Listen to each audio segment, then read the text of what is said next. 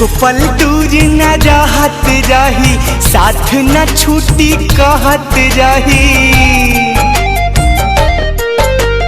एको पल दूर न रहत रही, साथ न छूटी कहत रही।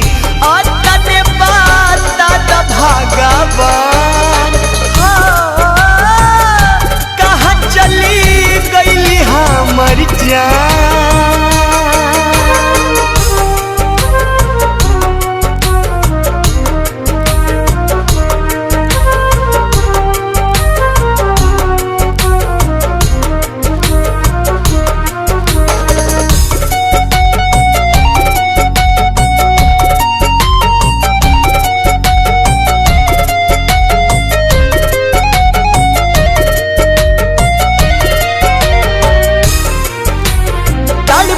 होई है हमारा बिना,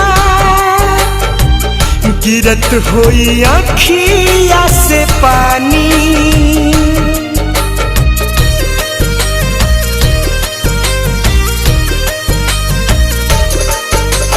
जाने कवना हाल में होई है,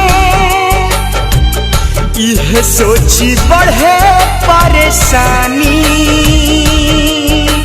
ना मिली है तो जी ना पाई, उनका बिना हम मर जाई। सारा जग लागेला वीरान, हो कहाँ चली गई हमर जान।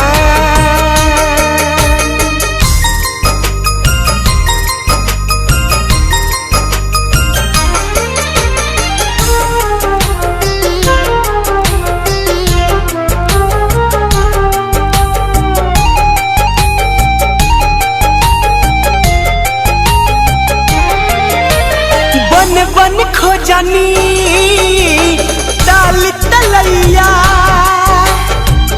कतही नयली नजरिया।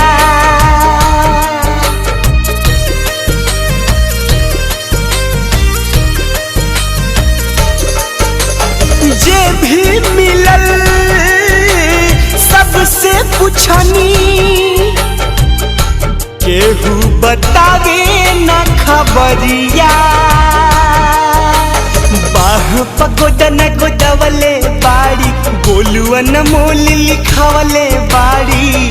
इहे उनकर पहचान, हो कहाँ चली गई हमर जान। एको पल दूर न रहत रही, साथ न छूटी कहत रही। और तने बात भगवान